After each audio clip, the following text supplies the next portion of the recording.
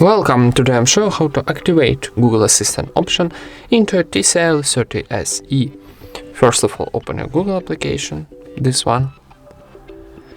Then in the top right corner we got our Google account icon, so tap it and choose Settings.